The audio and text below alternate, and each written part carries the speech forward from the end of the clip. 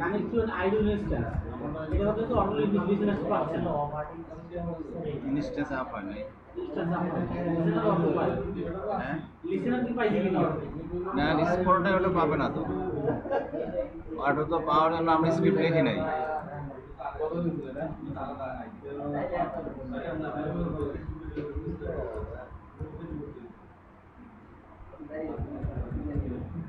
আচ্ছা দেখেন ডাটাবেস পাওয়ার জন্য মিনিমাম 2টা সার্ভিস আপ থাকা লাগে, তাই না? বাইরে থেকে পাওয়ার জন্য একটা হলো লিসেনার।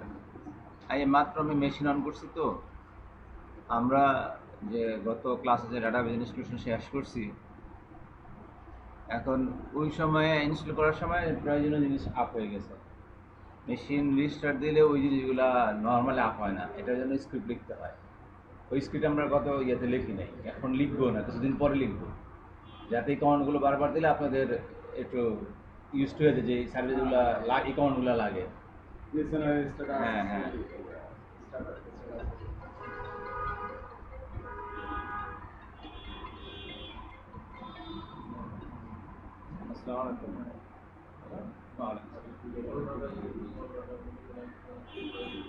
হ্যাঁ, মোহাম্মদকে নিয়ে আসা হবে, ওর আম্মু যাবে। আপনি একটু ওই ওর 5 তলা থেকে যদি ওই সময় থাকেন তাহলে একটু ফোন দিলে আসতে পারে, নিয়ে ওর আম্মু যাবে আর কি।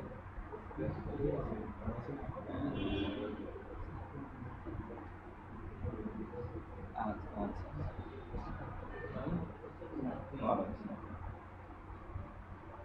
আচ্ছা আমাকে স্ট্যাটাস দেখবো তারপরে কি শুরু করবো দেখতে পারি। নো লিসেনার আসবে। এইখানে মানে কি কি টেক থাকতে পারে যে আপনা হওয়ার জন্য এই জানার জন্য বাই ডিফল্ট আপ হয় না। তারপরে এছাড়া আপনার যে করসপন্ডিং ফাইলে ভুল লেখা থাকলে, লেখা ঠিক মতো না থাকলে, তারপরে পোর্ট নাম্বার অন্য কেউ ইউজ করা থাকলে, এইসব কারণে আপ হয় না।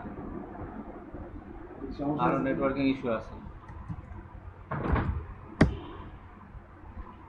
আচ্ছা, তাহলে আমরা লিসেনারকে আপ করে দিচ্ছি।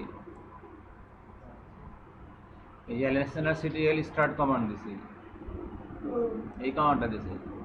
আগে এরটা গেছিল না স্যার, স্টার্ট ছিল না, মেশিন আপ হয়েছে মানে ডাটাবেস স্টার্ট দেই না এখন, মানে মেশিন স্টার্ট করছে। এখন স্ট্যাটাস দেখালে দেখবেন রানিং দেখাচ্ছে, এই যে এরকম ইনফরমেশন দেখাবে আর কি।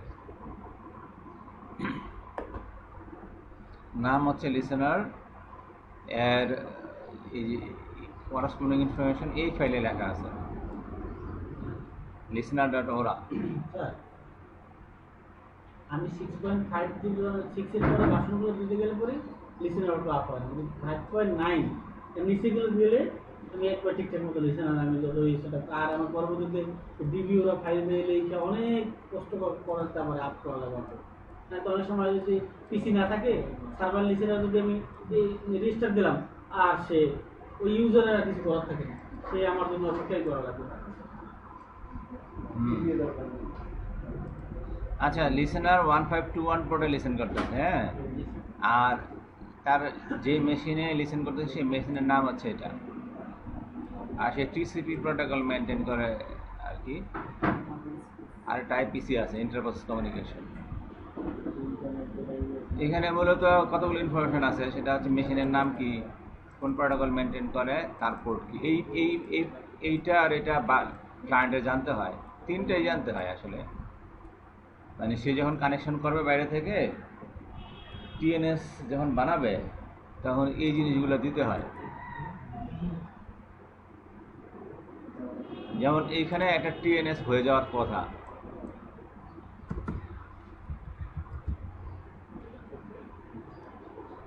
এই পাথের মধ্যেই একটা ফাইল আছে tns ডট ওরা,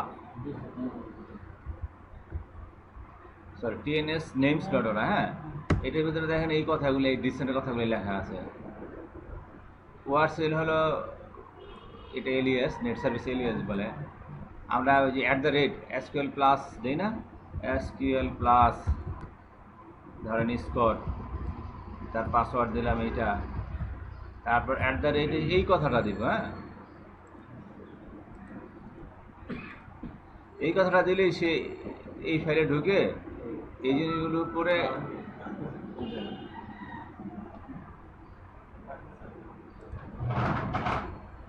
বেরোই তো মুশকিল।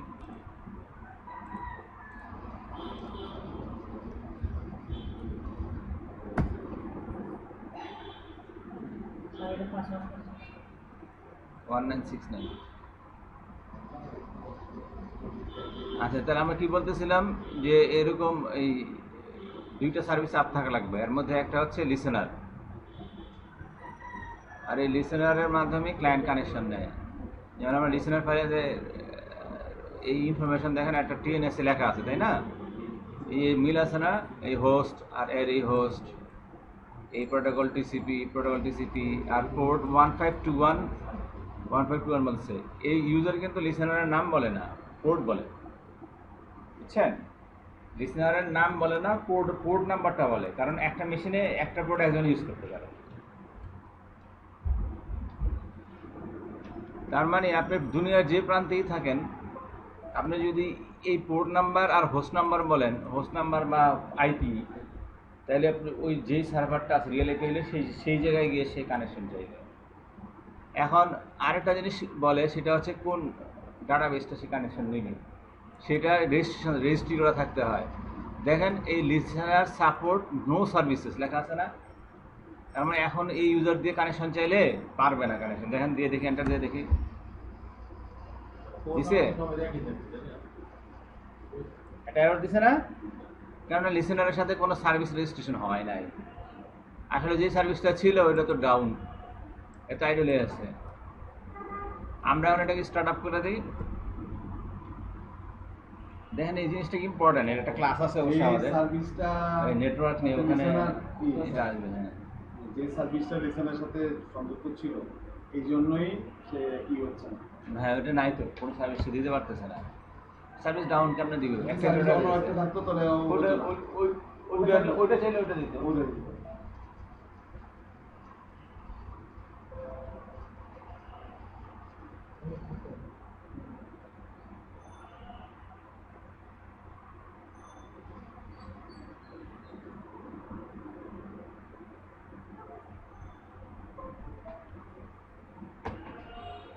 দুইটা কাজটা বন্ধ করে দিয়ে রিসোর্স নিয়ে বসে দিয়েছে।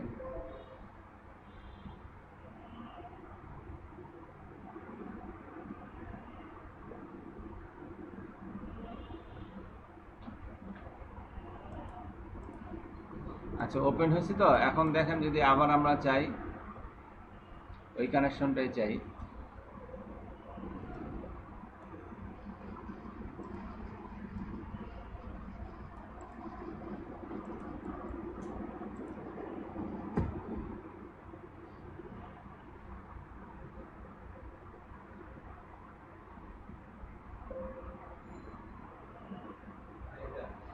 ইউজার নেম ওই এখানে পাসওয়ার্ড ইয়ে হয়েছে। আচ্ছা, আমরা একটু দেখে নেই এই LSNRCTL যে কী অবস্থা আছে। LSNRCTL status. এখন দেখেন এই যে এখানে আগে ছিল নো সার্ভিস, এখন এই সার্ভিস পাইছে না, সে পাইছে তো। আমরা এখন এটা একটু ঠিক করে দিই। হ্যাঁ,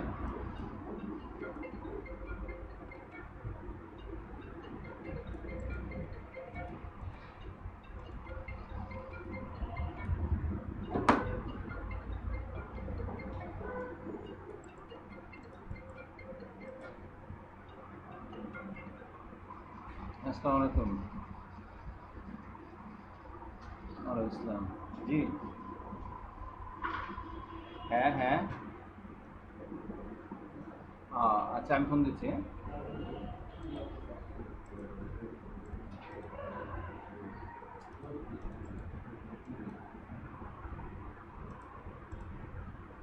আচ্ছা এখন কানেকশন নিছে না?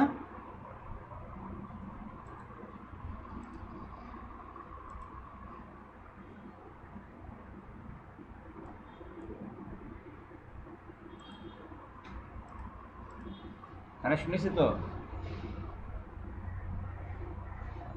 এখন আমরা আরেকটা কাজ করব, ইএম চালানোর জন্য একটা যে পোর্ট ওপেন করতে হয়। হ্যাঁ, পোর্ট ওপেন করতে হলে প্রসিডিউর আছে, প্রসিডিউরটাকে রান করতে হয়। প্রসিডিউর রান করতে হয় ইএক্সি কমান্ড দিয়ে। এবং কোন পোর্টে রান করবো সেটা গত ইয়েতে আমরা 5500 ভিজি পাইছিলাম। ভিজি পাইলে আমরা পোর্ট চেঞ্জ করে দিব। হ্যাঁ,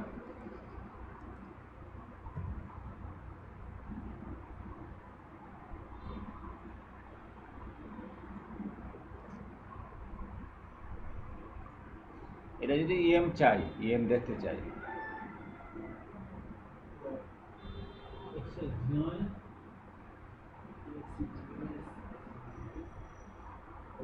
অ্যাক্সেস ডিনাইড বলতেছে। কেন বলতেছে?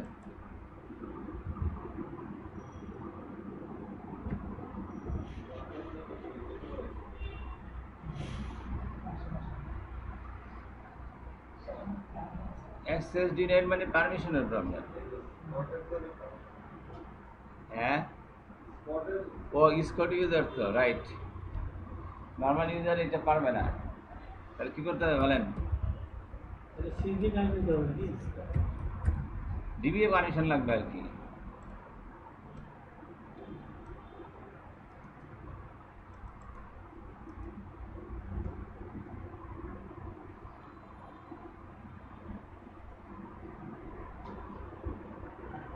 আচ্ছা, তাহলে 5500 পোর্টে ওপেন হয়েছে এক্স, আর পোর্টটা আছে কি না এটা পাওয়া মানে একটা কোয়েরি আছে, জানা যায়।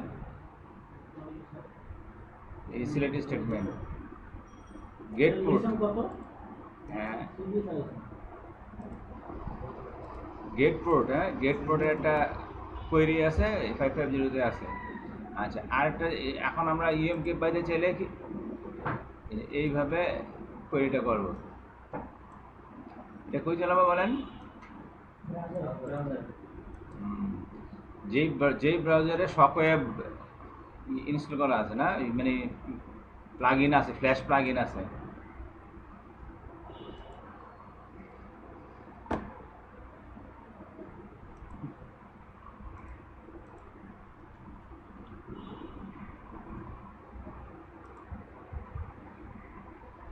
আচ্ছা, এই জায়গায় আপনার হোস্ট নেম দিতে হবে। হ্যাঁ, হোস্ট নেম, আইপি ইত্যাদি। তো আমরা আমাদের মেশিনের টাইপই আছে না, host I if config.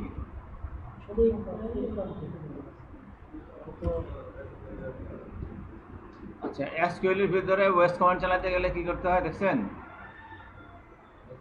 Host কথাটা লিখে পরেটা দিচ্ছি, তাহলে আমাদের আইপি এটা না, এটা গেলে একটা আরেকটা আইপি ছিল না ফিক্সড, এটা চেঞ্জ হয় না। দুইটা নিক কার্ড ইনস্টল করছে না ভার্চুয়াল, এটা বুঝছেন? আপনার একটা দুইটা 10টা করে সমস্যা নেই। তাহলে এই জায়গায় আমরা ওইটা বসাই দিই।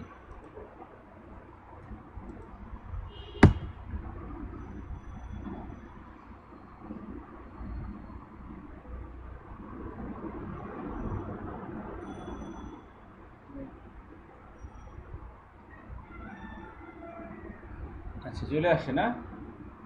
এইখানে আমরা ইউজার নেম দিব, পাসওয়ার্ড দিব, এসএসডিবি দিয়ে লগ ইন করতেছি। তাহলে একটা মেজর কম্পোনেন্ট আমাদের জন্য এন্টারপ্রাইজ ম্যানেজার, এটাকে কীভাবে অন করতে হয় সেটা আমরা আগে শিখছি। লাস্ট ক্লাসে কিছু রিভিউ হলো, আর নতুন জিনিসও আসছে। একটা ছিল লিসেনার কীভাবে আপ করতে হয়, লিসেনার কীভাবে ইউজ করতে হয় সেই জিনিস, ডেটাবেস কীভাবে আপ করতে হয় সেটা দেখলাম, তাই না? ডেটাবেস কীভাবে আপ করছি মনে আছে? এখানে সিম্পলি লগ ইন করে হোস্ট মেশিনে আচ্ছা, আমরা এই কাজগুলো কি এই মেশিনে সরাসরি না ঢুকে করতে পারতাম? তাইলে আমাদের কি করতে হতো, এই পুটি বলে একটা সফটওয়্যার আছে, এই পুটি এইটা দিয়ে করা যেত। এটার মধ্যে ওই যে আমরা যেই মেশিনটা আছে সেই মেশিনের আইপি দিব,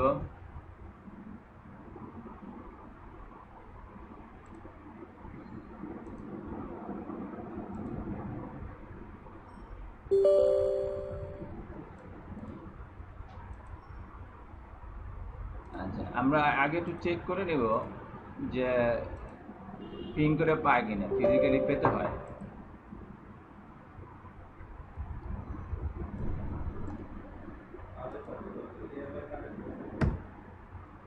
হ্যাঁ, আচ্ছা পায়, তাই তো? তাহলে আমরা এই আইপিটা বসাই দেব। আচ্ছা, পোর্ট নাম্বার ডিফল্ট পোর্ট 22, এই পোর্টটা অনেকে চেঞ্জ করে দেয়। না, এটা পোর্টে ডিফল্ট পোর্টে এগুলোর জন্য 22। হ্যাঁ, কিন্তু চেঞ্জ করে দেওয়া হয় একটু সিকিউরিটির জন্য, যাতে সব ডিফল্ট হলে সিকিউরিটি হোল্ড থাকে। যে সব ডিফল্ট ইউজ করলে আপনার একটু ভাড়াবল বেড়ে যাচ্ছে না, এই জন্য পোর্ট নাম্বার অনেকে অনেক জায়গায় চেঞ্জ করে দেয়, যে কানেকশন নেওয়ার জন্য আপনি কানেকশন নেবেন না, তো ওই লিনাক্সের মেশিনে এটা বলা আছে কোন পোর্টে এসে লিসেন করবে কি। চেঞ্জ করে দিলে তখন আপনার ঢুকতে পারবেন না। যেমন আমার যে সার্ভারটা আছে ওইটার এই পোর্ট নাম্বার চেঞ্জ করা আছে, এবং রিমোটলি রোড হিসেবে ঢোকা যাবে না। এই যাই হোক, আমাদের এটা ডিফল্টই আছে, ওপেন করি। তাহলে লগ ইন করার জন্য চাইছে আমাদের, তো ওরাকল ইউজারে ঢুকলেই হয়, তাই না?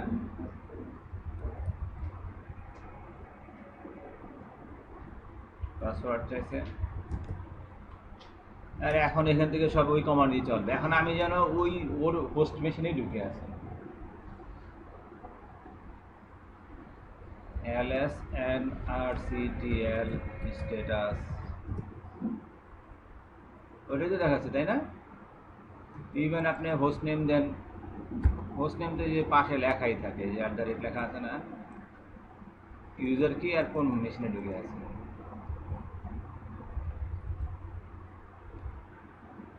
if config, ঠিক আছে? এখান থেকে আমি SQL প্লাস /sysdba, আবার এই জায়গায় যে কমান্ডটা যে আমরা দিয়েছিলাম এটা দিতে পারি, যেটা ওখানে গিয়ে ঢুকে দিছি।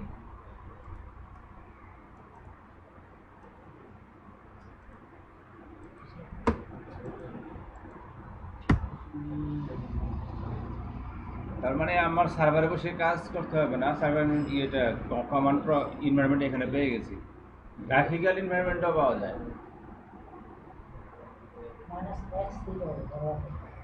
তখন আপনার কিছু জিনিস থাকা লাগে। আর একটা এই যে ভিএনসি ভিউয়ার আছে না, এই ভিএনসি ভিউয়ার ইউজ করে গ্রাফিক্যাল এনভায়রনমেন্ট পাওয়া যায়। এখানেও এরকম মেশিন নেম দিতে হয়।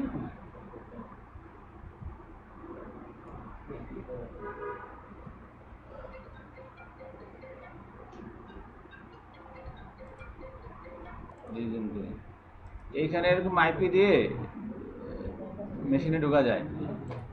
এক্ষেত্রে কিছু কনফিগার করতে হয় অবশ্য।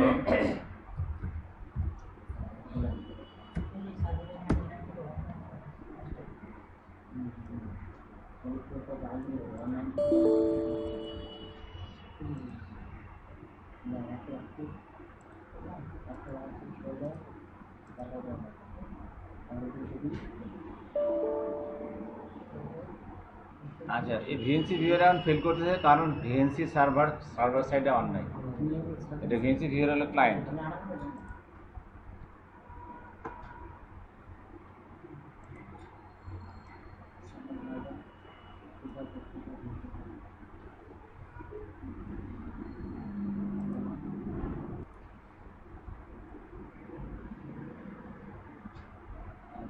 আমরা এবার আসি এখানে। আমরা কি 4-এ ছিলাম না? 4 নাম্বার চ্যাপ্টার করতেছিলাম তো নাকি?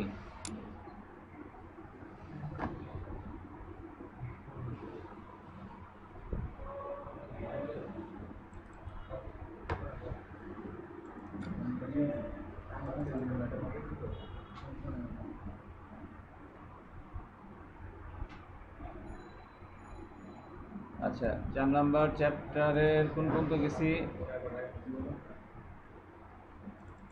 এটা কি ফাইল বলেন তো দেখি? ফাইল মানে সার্ভার প্যারামিটার ফাইল। এটা বাইনারি, তাই না? এই সার্ভার প্যারামিটার ফাইল অথবা আরেকটা কি ফাইল আছে? P file. আচ্ছা, এটা নামের রুল কি? এই পর্যন্ত হলো ডিফল্ট, এরপরে এইটা হলো সিড নেম ডট ওরা। আর পি ফাইলের ক্ষেত্রে এই পর্যন্ত ডিফল্ট, এই পর্যন্ত হচ্ছে সিড নেম ডট ওরা। এখানে বেসিক প্যারামিটার কয়টা?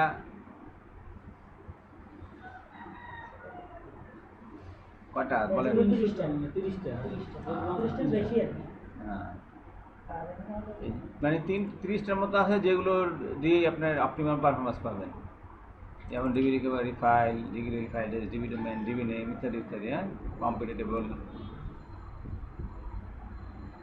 আচ্ছা,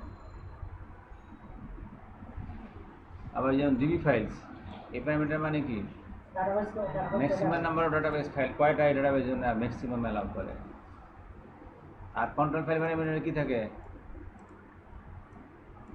কন্ট্রোল ফাইলের লোকেশন কোথায়? না না, এটা তো প্যারামিটার, এটা লোকেশন কোথায় আছে কন্ট্রোল? হ্যাঁ হ্যাঁ। আর প্রসেসেস চলবে। এখন আমার ধরেন প্রসেসের উপর কি ডিপেন্ড করে? সেশন। আমার ইউজার যদি হয় 1,500, তো আমার প্রসেস হওয়া উচিত কত?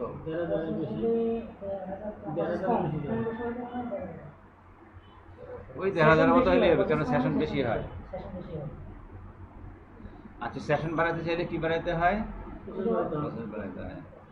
যেমন আমাদের জানি না 1000-এর উপর দিয়ে রাখা উচিত আমাদের ওইটা। হ্যাঁ, 1000-এর উপর দিয়ে রাখলে আপনি 1000 দিয়ে রাখবেন, কিছু বেশি দেওয়া রাখবেন। একই ইউজার একাধিক কানেকশন রাখবেন। এইটা এইটা কি প্যারামিটার? Block size parameter. আপনার করার সুযোগ পেয়েছিলেন? আর নাই মনে হয়, পড়লে ভালো হবে। আচ্ছা, ডি ব্লক সাইজ প্যারামিটার কি করে? কানেকশনের জন্য সেটা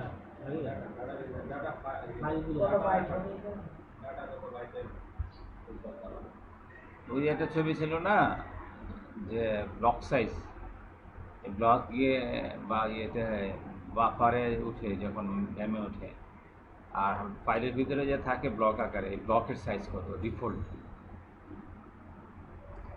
ডেটাবেজের মিনিমাম আই হচ্ছে ব্লক লেভেলের, এর নিচে আর আই করতে পারে না। ধরেন আপনি সিলেক্ট স্টার ফ্রম এমপ্লয়িজ আর এমপ্লয়ি ইকুয়াল টু 100 দিলেন, একটা রো আসার কথা প্রাইমারি কি হলে, কিন্তু 100 এর যে রোটা আছে, যে ব্লকে টোটাল ব্লকটা সে তৈরি করে র্যামে আনবে। অ্যান্ড ব্লক সাইজ ছোট হলে রিডে কম ব্লক হবে, কেন DB5 multi block read count একটা প্যারামিটার আছে, যেটা দিয়ে টোটাল কয়টা ব্লক একটা টাইমে পড়বে সেটা লেখা আছে। আর যাই হোক, এই প্যারামিটারটা চেঞ্জ করা যায় না, এই প্যারামিটারটা চেঞ্জ করা যায় না। চেঞ্জ করতে গেলে এটা ডিফল্ট, তো নতুন করে একটা। আচ্ছা, এই ডিবি ক্যাশের সাইজ একটা প্যারামিটার, এটা হচ্ছে যে বাফারে যেখানে আমরা এই ডাটা ফাইলগুলো যেখানে র্যামে তোলে, সেটা তার সাইজ।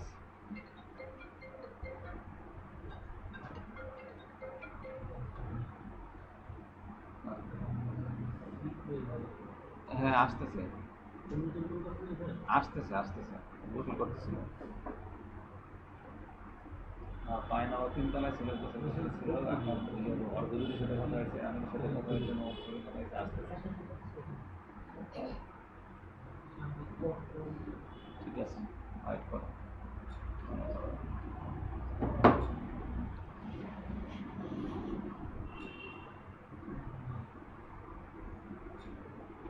আচ্ছা, এই প্যারামিটারের ভ্যালু বাই ডিফল্ট কত থাকে? 0 থাকে। আমরা ওই যে এসজিএ টার্গেট অথবা মেমোরি টার্গেট সেট করে দিছি, তো ওই অনুযায়ী এটার ভ্যালু হয়ে গেছে। এই যে ডিবি ক্যাশের সাইজ দ্বারা এটার এই যে এই অংশটুকু সেট হয়। এই যে মেমোরি টার্গেট আমাদের সেট করা আছে না, এই কারণে এটা ভ্যালু 0 হলেও সে একটা পেয়ে গেছে। এবং আমরা দেখছি ওই সার্ভার প্যারামিটার ফাইলে আপনার একটা ভ্যালু অবশ্য দেওয়া আছে, যাতে রিস্টার্ট দিলে ওইটা দিয়ে ওপেন হয়ে যায়, যাকে বলে এটা মানে ইনস্ট্যান্স রিস্টার্ট দিলে লার্ন করতে না হয়, মানে নতুন করে আবার অপটিমাম অবস্থা নিয়ে আসে, কারণ 0 আছে তো। এই ব্যাটার বেজে যেন সর্বোচ্চ ভালো কোনটা, এটা লাস্ট যে অবস্থা ছিল এটাই ভালো সর্বোচ্চ, এই চিন্তা করে তারা করে যখন মেশিন শাটডাউন হয়, শাটডাউন তখন এগুলো যেগুলো ডায়নামিক সবগুলোর ভ্যালু তারা আসতে ফেলে লিখে ফেলে। স্যার একটা প্রশ্ন আছে। বলেন। প্রশ্ন হলো আমার এসপি ফাইল মনে করেন নাই, যে কোনো ভাবে ইউনিট যেটা ওইটা দিয়ে লিখতে পারবে না।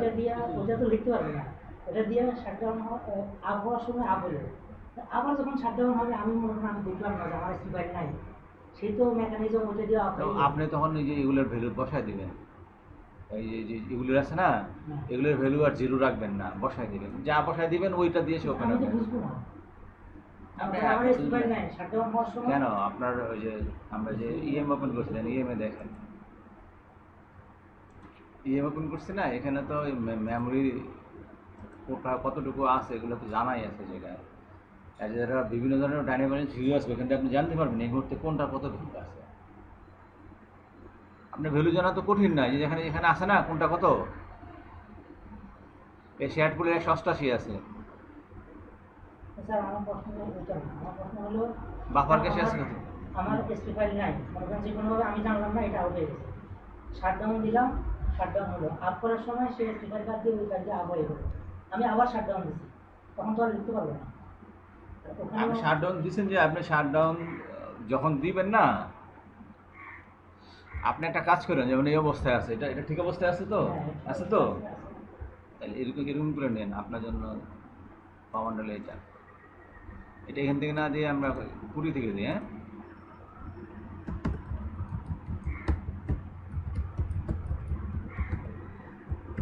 বাস আপনার আর বোঝা লাগবে না, বুঝছে? যেমন লেখা এটা যা আপ হলে ওই এইটা নিয়ে আপ হবে, যা আছে এই মুহূর্তে যা আছে এসি ফেলে লেখা, ওটা তো সে পি ফেলে লিখে যাচ্ছে। নতুন করে পি ফাইল ক্রিয়েট হলে এটা ওপেন হলে সমস্যা আছে।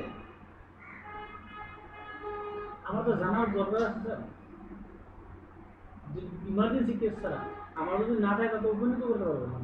না, এরকম বানায় রাখা ভালো তো। বানাই রাখলে ভালো না হয়। ওপেন তো হয়ে গেলে এসপি ফাইল ইয়া দিও, এসপি ফাইল দিও, আবার যদি শাটডাউন তুমি জানো না, শাটডাউন দিয়ে দিও, তখন কি হবে? এই যে এই পি ফাইলটা যে বানায় রাখছেন না, এটা কিন্তু আপনি আচ্ছা এসপি ফাইলেরও কিন্তু ব্যাকআপ রাখতে পারেন আপনি, আর না ব্যাকআপ রাখতে, এটা তো একটা ব্যাকআপ, এরকম না কিন্তু কপি করে আরেকটা করে বানাই দেবো, দেখা বিলম্ব করবে। দেখে নিতে এটা। কিন্তু আরেকটা কাজ করবে, আমি পাচ্ছি না। আপনার যদি এরকম এসপি ফাইল ঘন ঘন নষ্ট হয়ে যাওয়ার সম্ভাবনা থাকে, তাহলে আপনার টাইম টু টাইম ব্যাকআপ নিয়ে রাখবেন, কিছু করেন নেই। আপনার জন্য ব্যাকআপ এটা টাইম টু টাইম এটা কমান্ড দিবেন।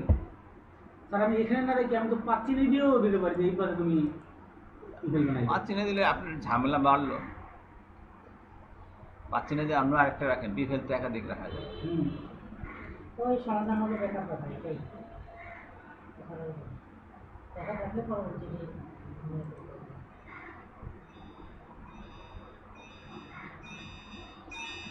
আচ্ছা 11G থেকে মেমোরি টার্গেট আসে। হ্যাঁ, মেমোরি টার্গেট করলে বাকি সব মানে যেগুলো ডাইনামিক আছে, ডাইনামিক এগুলো যে যা শেয়ার্ড পুল, ডাটাবেস বাফার ক্যাশে, লার্জ পুল, জাভা পুল, স্ট্রিম পুল, এগুলো ডাইনামিক। হ্যাঁ, এগুলোর জন্য আমাদের নিয়ে মাথা ব্যথা নাই, তাই সেই তার মানে ডাটাবেজের অনুযায়ী সাইজ করে নেবে,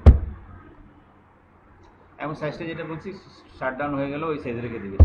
আর ইউজুয়ালি ডাটাবেস শাটডাউন হয় না, 24/7 চলে, বুঝছেন? দুই ধরনের আছে, আমি মেমোরি টার্গেটে যেতে পারি অথবা এসজি টার্গেটে যেতে পারি। এসজি টার্গেটে গেলে পিজিএ সহ সেট হয় না, মেমোরি টার্গেটে গেলে পিজিএটাও সহ সেট হয়ে যায়। সুতরাং মেমোরি টার্গেটই ভালো এবং এটা ডিফল্ট। এই জন্য বলা হচ্ছে 10G onward self tune self manage database বলে। এই যে এগুলো নিজেই নিজেকে টিউন করতেছে না, নিজেই ম্যানেজ করে, অনেক প্যারামিটার এরকম সেট করা আছে। সুতরাং এইসব ব্যাপারে চিন্তা একটু কম আর কি। আমাদের কাজ হলো এই মেমোরি টার্গেটের ভ্যালুটা যত বেশি বাড়া দেওয়া। মেমোরি টার্গেট, তারপর SGA ম্যাক্স সাইজ একটা আছে না, এইগুলো যাতে আমরা বেশি দিতে পারি।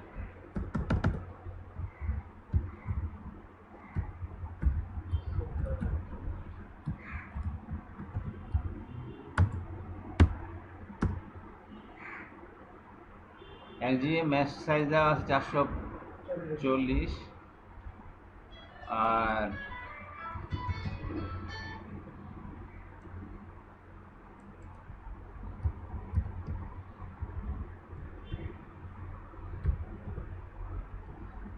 মেমোরি টার্গেট যেটা আছে 740 এটাই আছে। আমরা এগুলো বাড়া দেওয়ার চেষ্টা করবো। হ্যাঁ, এইটার ভিতরে কিন্তু এইটা মেমোরির ভিতরে আসিয়ে না, এটাকে বাড়ালে এটা বাড়াতে পারবো।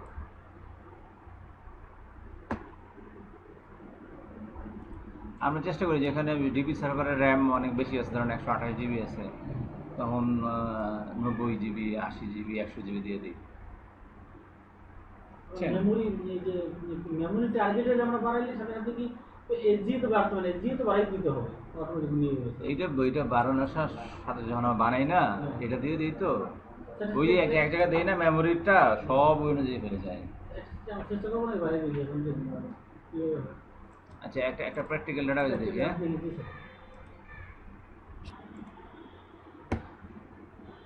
শাটডাউন ইমিডিয়েট আমরা নর্মালি এই কমান্ডটা দিই। এটা দিলে কি হয়, ইনস্ট্যান্স শাটডাউন হয়, এর আগে কমিটেড ডাটা সব ডাটা ফেলে রাখে, এবং ভ্যালিড শাটডাউন মানে আপ করার সময় আর ইনস্ট্যান্স রিকভারি প্রয়োজন হয় না। আর শাটডাউন অ্যাবর্ট মানে ইনস্ট্যান্স ক্র্যাশ করলো, যখন পাওয়ার আউটেজ হয়ে যাওয়ার মতো, তখন আপনার মেশিন চলতে পারে না চলতে পারে। যেমন আমরা একটা দেখলাম না, একটা এই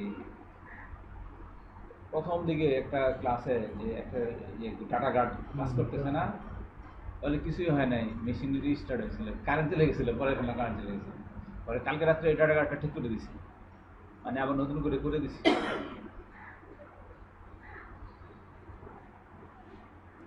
দেখেন ডাটা গার্ড কীভাবে কাজ করে। আপনার এটাকে একটু বন্ধ করে আমার ওখানে বাইরে একটি ডাটা গার্ডের মানে হলো ওই দেখালাম না, ওপেন মোডে থাকবে, ওপেন থাকবে at a time say recovery এই যে ডাটা সিঙ্ক করে, যেটা 11G থেকে আসছে, এর আগে ছিল না এটা।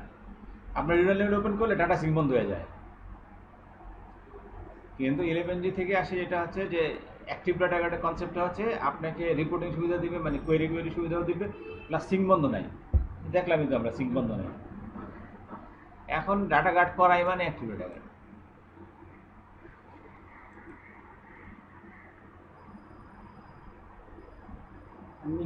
প্রাইমারি স্টোরেজ এটা আবার কি বুঝেছে? না প্রাইমারি, এটা হলো প্রাইমারি ডিবি আর কি, প্রাইমারি ডিবি।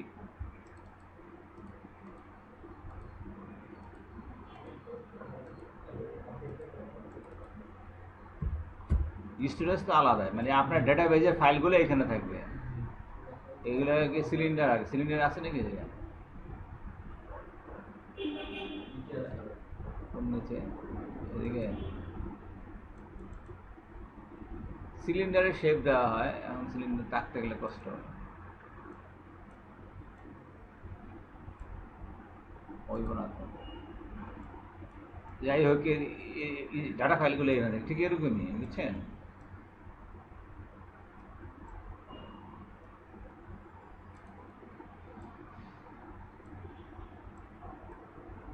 স্টোরেজ মানে ডাটা ফাইলগুলো এখানে থাকবে, আর এই দুটো ডাটা ফাইলগুলো এখানে থাকবে, আর দুইটা স্টোরেজ কিনছে, 4টা ডিবি সার্ভার কিনছে, মানে 3টা, অনেকগুলা এই অ্যাপ্লিকেশন সার্ভার কিনছে। অ্যাপ্লিকেশন সার্ভারগুলো আবার ভিএম হবে, এখানে এগুলো হবে ভিএম।